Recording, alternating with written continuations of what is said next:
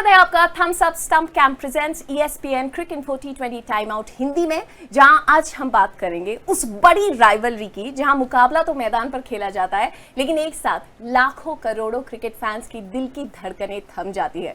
भारत बनाम पाकिस्तान। पहला सबसे बड़ा पॉजिटिव कि जो रेन है यानी वर्षा, उन्होंने एक तरह से इजाजत दे दी है कि मुकाबला खेला जा सकता है। इस बड़ी राइवलरी पर चर्चा करने के लिए हमारे साथ हैं पूर्व भारतीय दिग्गज क्रिकेटर, कप्तान, कोच, आपने सब कुछ किया है, अनिल कुंबले। स्वागत आपका।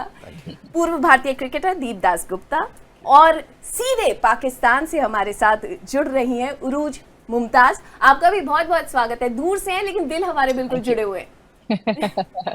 हम भी आपके साथ हैं बिल्कुल। ये बहुत खुशी की बात है। लेकिन ये राइवलरी वाली बात है ना, आज बड़े प्यार से बात होती है, कल चीजें थोड़ी सी बदल जाती है। अनिल, स्ट्रैटेजीज पर चलते हैं तो क्या भारतीय टीम की ये रणनीति कल दिख सकती है, खासकर रोहित शर्मा की तरफ से, कि एक लेफ्ट हैंडेड बैटर यानी ऋषभ पंत हमें दिख सकता है स्क्वाड का हिस्सा? नहीं, आप ज़रूर एक लेफ्ट हैंडर की ज़रूरत है बीच में, स्पेशली मिडल ऑर्डर में, लेकिन वो स्ट्रैटेजी में बनना चाहिए। अगर आप ऋषभ पंत और दिनेश कार्तिक की रोल डेफिनेशन देखा जाए तो शायद दिनेश कार्तिक ऋषभ से आगे हैं। तो इसकी वजह से मुझे लगता है कि ऋषभ में मिस आउट टुमारो। और लाइनअप अगर आप पहले रोहित, राहुल, विराट, सूर्या, ये चार तो सेट है, तो 5, 6, 7 वही आप, उसमें हार्दिक भी है और एक ही पोजीशन है या ऋषभ या दिनेश। और दिनेश जैसे नंबर 6 पे खेला है, बहुत बढ़िया खेला है, तो मेरे हिसाब से वो लेफ्ट हैंडर को कल के लिए थोड़ा छोड़ना पड़ेगा। लेट्स सी क्या होता है, कमेंट्स में बताते रहेंगे लोग उनके हिसाब से। सब लोग प्लान करते हैं, everyone becomes an expert when it's India Pakistan. एक सवाल जो बहुत दिनों से चल रहा था कि जसप्रीत बुमराह नहीं है, कौन संभालेगा? हर्षल पटेल आए और उसके बहुत देर बाद शमी को बुलाया गया। शमी का जिस तरह से वार्म अप में प्रदर्शन रहा, क्या दिख रहा है? क्या ऐसा हो सकता है कि हर्षल पटेल बाहर बैठे, शमी खेले?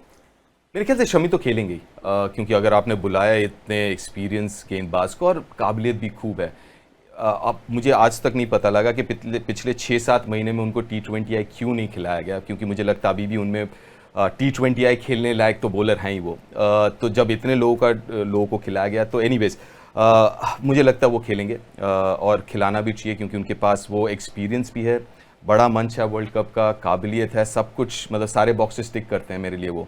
और जिस तरीके से हमने पिछले वो वार्म अप मैच में, हालांकि एक ही ओवर था, वो भी बताया कि ज़रूरत पड़े तो डेथ में भी डाल सकते हैं। खासियत उनकी ये है कि नई गेंद से डालते हैं, विकेट टेकिंग बॉलर हैं, लेकिन ज़रूरत पड़े तो डेथ में भी डाल सकते हैं, तो वो मेरे लिए तो खेलेंगे। ओके, जब हम परेशानियों की बात करें, सवाल किस तरह के पाकिस्तान में भी अगर देखें टीम में, उरूज आपकी तरफ आऊंगी। सवाल सबसे बड़ा जो ये रहता है मिडिल ऑर्डर। अगर बाबर और रिजवान खेल रहे हैं तो सिचुएशन बहुत अच्छी रहती है, लेकिन जब वो आउट हो जाते हैं उसके बाद एक बड़ी परेशानी जो पाकिस्तानी टीम के हमने एशिया कप में भी दिखी थी, उससे निपटने की जरूरत काफी होगी। बिल्कुल, देखें, ओवर डिपेंडेंसी थोड़ी सी ज़रूर है पाकिस्तान को रिजवान और बाबर के ओपनिंग पेयर पे। बट आई ऑल्सो फील कि वही एक जगह है जहाँ पाकिस्तान मिस आउट भी करता है रन्स अपॉर्चुनिटी पे। तो नो डाउट कि वो लंबा स्टार्ट देते हैं और मेजॉरिटी ऑफ द रन्स करते हैं, बट वहीं पर मुझे ऐसा लगता है कि पावर प्ले में ही जो 10-15 रन, 8 रन, 10 रन का डिफरेंस आता है, वहां पर अगर वो कवर कर लिया जाए, बिकॉज अक्सर ये देखा गया है कि आखिरी के मिडिल ऑर्डर को बहुत कम बॉलें मिलती हैं और बहुत ज्यादा रन्स की उम्मीद होती है उनसे हर दफा, तो जो चांसेस ऑफ सक्सेस है वो बहुत कम होता है। तो आई थिंक कहीं ना कहीं इट्स अ कॉम्बिनेशन के ऊपर से तेज थोड़ा खेलना पड़ेगा। अगर आप कम बॉलें छोड़ें, मिडिल ऑर्डर खेले, तो मिडिल ऑर्डर ने शादाब और नवाज का जो मैं एक्सपेरिमेंट या गैम्बल तो इसको नहीं कहूंगी, क्योंकि ये जाने माने बैट्समैन रहे हैं PSL में भी और ये अपनी फ्रेंचाइजीज में ऊपर बैटिंग करते हैं। तो आई थिंक फ्लेक्सिबिलिटी जो है ना वो ज्यादा रोल प्ले करेगी कि क्या पाकिस्तान वो फ्लेक्सिबल रहेगा बैटिंग में, अगर तो वो ओपनिंग पेयर नहीं चेंज करते, जो मुझे नहीं लगता कि वो करेंगे भी। ओके उरुज, पाकिस्तान के सबसे बड़े रोशन पक्ष की अगर हम बात करें, जो हमारे लिए बहुत रोशन नहीं रहा है, शाहीन शाह अफरीदी। हमें अभी भी याद है वो पिछला वर्ल्ड कप जहां शुरुआत में उन्होंने आके हमें बहुत परेशान किया था। उनका वापस आना टीम में कितना बड़ा बूस्ट, क्योंकि उनके बिना भी हमने एशिया कप में देखा कि पाकिस्तानी बॉलिंग तब भी काफी स्ट्रॉन्ग थी। देखिए, Shaheen Shah Afridi is a match winner in his own right. वो किसी भी मैच को बिल्कुल ही पलट सकते हैं, और हमने अक्सर ये देखा है कि उनका पहला या दूसरा ओवर ही जो है वो अगर हमेशा मोस्ट ऑफन जो है विकेट्स निकालता है वहां पर।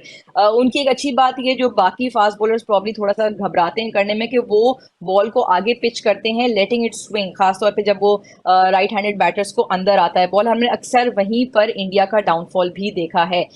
ही नेचुरली गिफ्टेड, और उनका जो फिट होना है और वापस टीम में आना है, उन्होंने जो प्रैक्टिस मैच खेला वो भी उनके लिए बहुत सक्सेसफुल रहा। तो I think he is in the recent past India Pakistan के मैचेस में he is been the deal breaker for India unfortunately. Right, वो हमने देखा और हम नहीं चाहते कि वो रिपीट हो। तो दीप, इसी पॉइंट पर आपकी तरफ आऊंगी कि हमारा जो टॉप ऑर्डर है वो ये पेसर्स के खिलाफ, खासकर लेफ्ट आर्म पेसर के खिलाफ बहुत ज़्यादा स्ट्रगल दिखा है। लेकिन अब हम जानते हैं कि पिछली बार ये डिफिकल्टी आई थी, तो एक प्रेप भी तो करके आएंगे ना। आपको क्या लगता है, क्या अप्रोच रख के आएगी टीम इंडिया? देखिए, प्रेप तो ज़रूर करेंगे, और सही मानों में अगर शाहीन शाह अफरीदी जो जैसे डालते हैं वो कोई भी बल्लेबाज, विश्व का कोई भी बल्लेबाज उठा ले, प्रॉब्लम तो होगा, उसमें कोई दो राय नहीं है, क्योंकि काबिलियत इतनी है उनमें। देखिए, प्रेप करेंगे, लेकिन ये भी सोचना है कि आप ज़्यादा एक गेंदबाज के बारे में ना सोचें, क्योंकि बाकी के गेंदबाज भी अच्छे हैं। तो ऑब्वियसली वो, देखिए मेरे हिसाब से ये मैच काफ़ी हद तक is obviously it's always been like that कि कहाँ एक तरफ पाकिस्तानी बॉलिंग और एक तरफ Indian batting to a great extent, और कहीं ना कहीं पहले 6 ओवर बहुत मायने रखते हैं। चाहे आप गेंदबाजी की बात करें भारत की, तो ऑब्वियसली हम बात कर रहे हैं बाबर और रिजवान की ओपनिंग जोड़ी की, तो वहाँ पे इनिशियल विकेट्स, और दूसरी तरफ इंडियन बैटिंग की बात करें, क्योंकि ये मैचेस 160-170 वाले होने वाले, ऐसा भी नहीं कि 200 वाले होने हैं, तो you can actually take your time थोड़ा सा।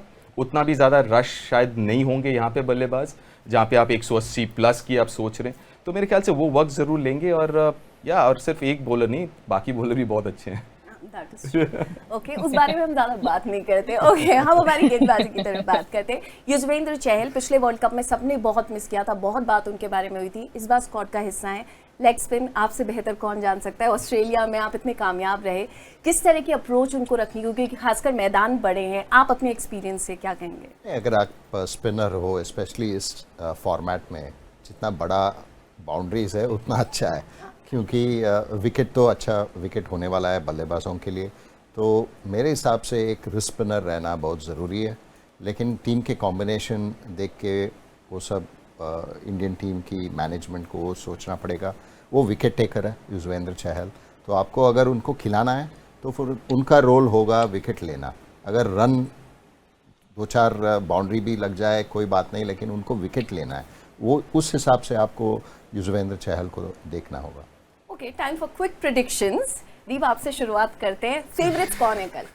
हमें पता ही है, लेकिन हम पूछ रहे हैं। नहीं, खैर ऑनेस्टली अगर आप देखें तो बहुत अर्जों के बाद, इसके पहले जब भी होता था वुड ऑलवेज बी इंडिया वो फर्म फेवरेट्स, लेकिन मुझे लगता है काफ़ी दिन बाद 50-50 है, सही मानों में 50-50 है ये। Quick prediction? मेरे लिए तो इंडिया है। इंडिया, यस ज़रूर, क्योंकि हमारी आई थिंक इंडिया की बैटिंग जो है, जो एक्सपीरियंस्ड है। Yes, Afridi is a very important bowler, और जैसे दीप ने बताया थोड़ा कंडीशंस को भी देखना पड़ेगा, अगर स्विंग है स्विंग नहीं है।